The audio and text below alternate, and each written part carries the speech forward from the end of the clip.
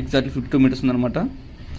మనం కంపల్సరీ ప్రతి ఒక్కసారి లోడ్ చేసుకోవాల్సి ఉంటుంది కాబట్టి తప్పదు, లోడ్ చేసుకుంటాం. అందుకే ఎక్కువ ఫుల్ వీడియో 10 మినిట్స్ ఇచ్చిన వీడియో, అందుకే ఫుల్ వీడియో తీయలేం మీకోసం. మొత్తం అయితే కంప్లీట్ అయిపోయిన షార్ట్స్ మొత్తం మనం ఇప్పుడు చూద్దాం. వెళ్ళి ఇప్పుడు డైరెక్ట్గా రిజల్ట్ అయితే చూద్దాం.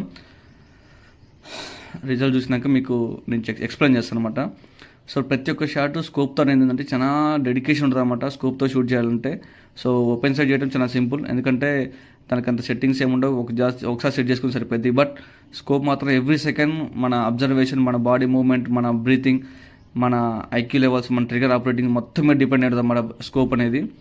సో ఒక్కసారి మినిట్ ఆఫ్ యాంగులేషన్ మొత్తం మారినా సరే చాలా డిస్టర్బ్ అయిపోద్ది అనమాట స్కోప్ అనేది. సో కాబట్టి స్కోప్తో షూట్ చేయడం అనేది నాకు తెలిసి నాకైతే కష్టం అనమాట. బట్ ప్రాక్టీస్ చేసినాం. చూడండి మొత్తం 10 షాట్స్ కొట్టా. 1 2 3 4 5 6 7 8 9 10. రెడ్లో బుల్లో కొట్టామన్నమాట. బుల్లో కూడా తగిలినాయి. సో గాలి ఎక్కువ ఉండటం వల్ల ఏమవుతుందంటే స్కోప్ పిల్లెట్ అనేది ఏంటంటే ఇది హెయిర్తో వెళ్తుంది కాబట్టి పిల్లెట్, అది ఒకటి స్ప్రింగ్ ఆపరేటింగ్ రైఫిల్ కాబట్టి సో కంపల్సరీ ఫాల్ త్రూ కావాలంటే ఉంటుంది. మనం ఫాల్ త్రూ అయితేనే మనకి కంపల్సరీ చూస్తున్నాం కదా 50 మీటర్స్ ఉన్న రైఫిల్ కనిపిస్తుంది అన్నమాట. చూడండి లాంగ్ డిస్టెన్స్లో 50 మీటర్స్ అన్నమాట. అక్కడ భయపడి పెట్టింది రైఫిల్ అదే ఇదనమాట. సో కంపల్సరీ మీరు ప్రాక్టీస్ చేయండి, మీకు రిజల్ట్ వస్తుంది. ఓకేనా, మన ఛానల్ సపోర్ట్ చేయండి.